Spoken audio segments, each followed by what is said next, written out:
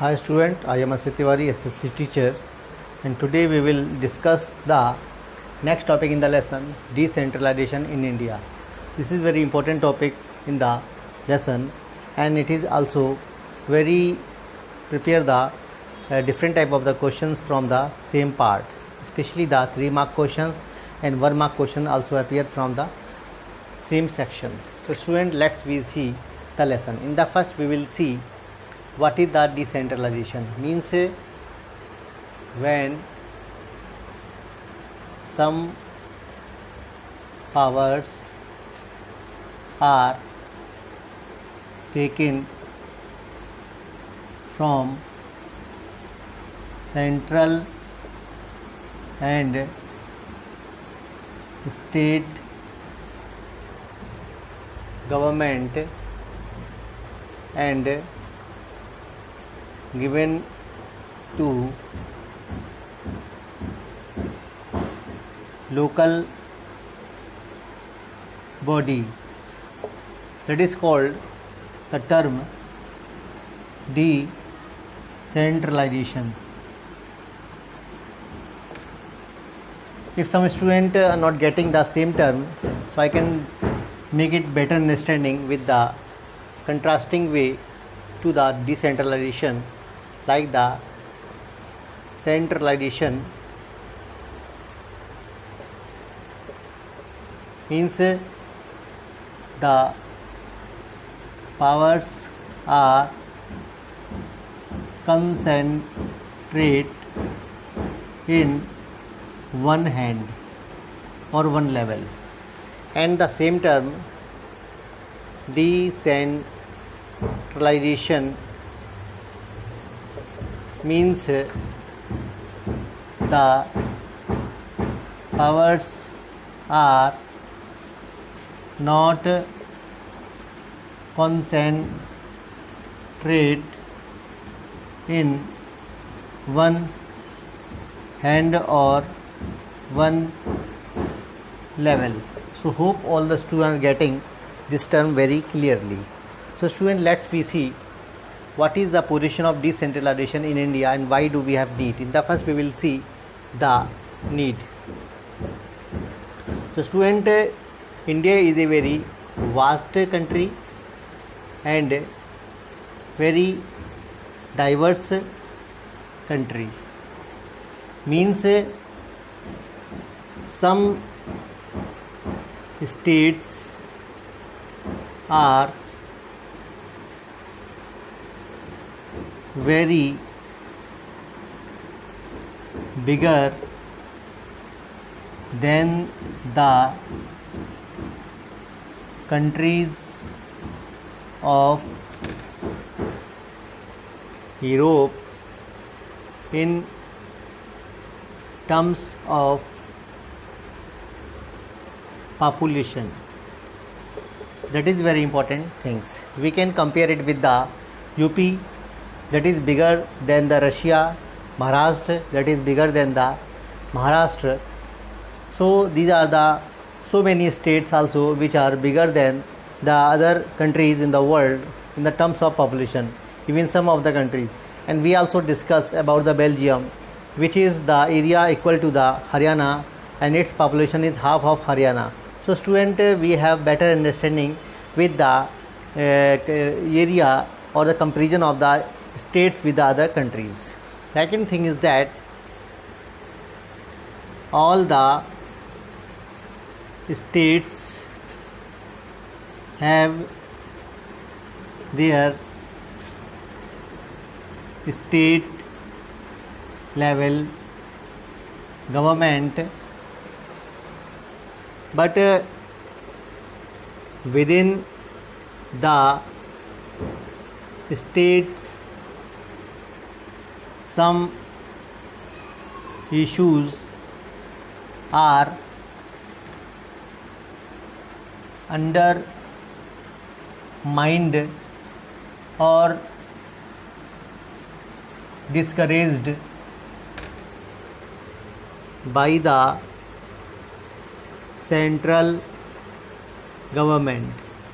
Actually, India is very big countries, and within the states, if we see, that the local areas where the local issues mostly ignored by the state level government, and this is the biggest drawback for functioning of a federal country, for functioning of a democratic country, because local problems are best solved by the local people. Reason is that local people have the better understanding with the local issues, local subject, such as we have the example such as the street light, electricity, the roads and their conditions, and many of the other issues which are discussed daily, and the state government have the kind of hectic schedule not to solve, not to touch all these kind of the problems of the local areas. So these are the kind of bad you will say condition for the development of the country. So students, I hope you are getting well all these type of the lecture about the decentralization, and there is very important things to discuss here, that the local government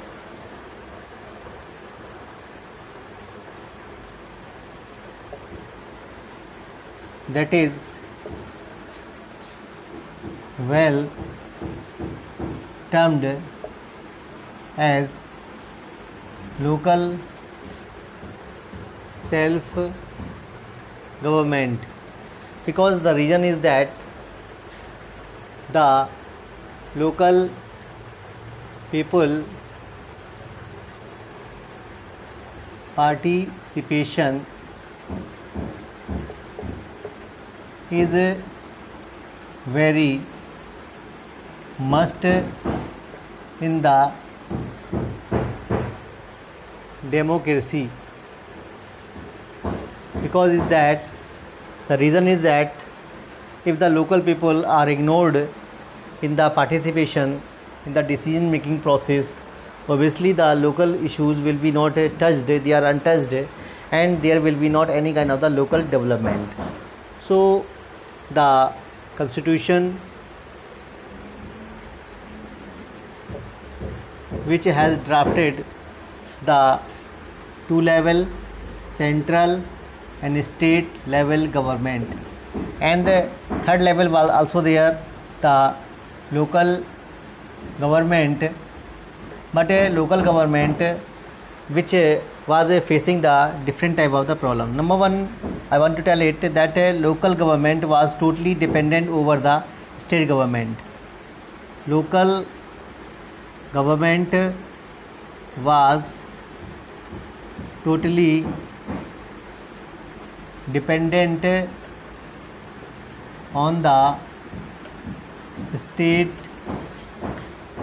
government, and various issues was undermined, such as regular election. Second thing is that the resources of the local areas which was totally controlled by the state government. And third, the you will say reserve seat procedure was not there, it was missing in the local government, and many of the other issues where there was the total control of the state government. So in such a way, various type of the steps has been taken in the democracy to ensure, and all these type of the steps they become very fruitful for the development of the whole countries, because local areas, if they are not developed, how a country will be developed. And so many other issues has been also discussed in the local self government. And very important steps has been taken in 1992 in the 73rd and 74th amendment was made to ensure the well functioning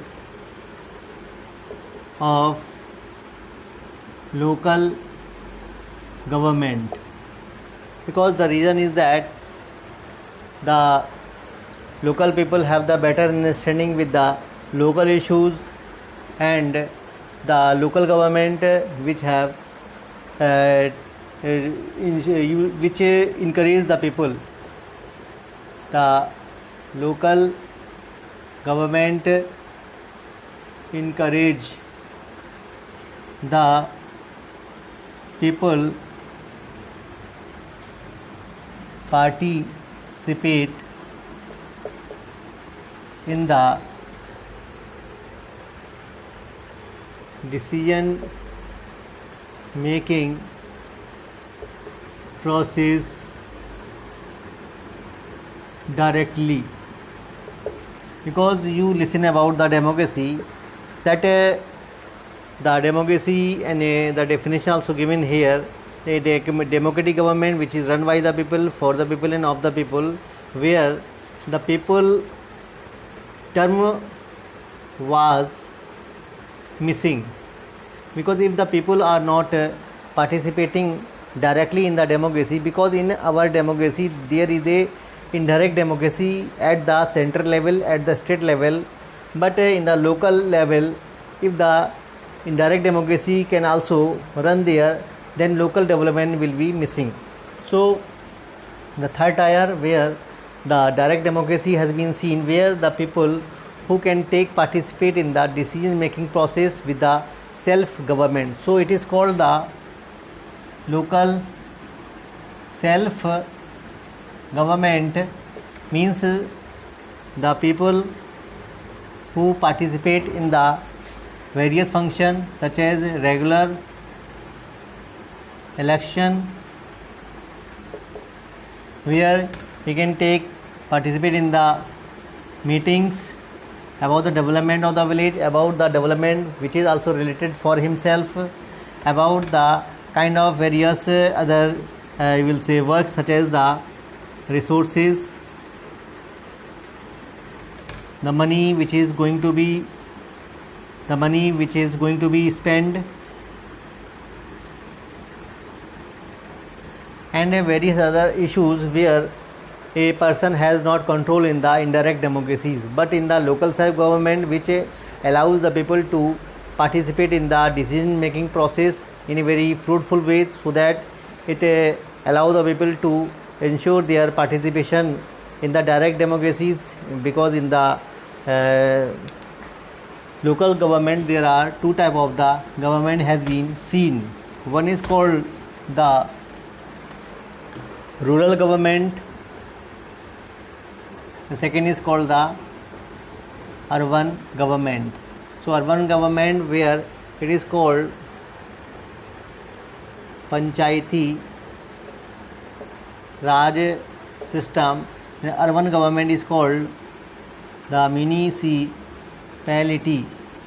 So hope all the students are getting well. These lectures which are very important for all the students, and on next video we will discuss the amendment which was made in India in the local government for the betterment of the local government, and what were these steps and why they were very important for the local government, and what was their role in the development of the village. We will discuss them on the next video lecture. So hope all the students are getting well all these lectures.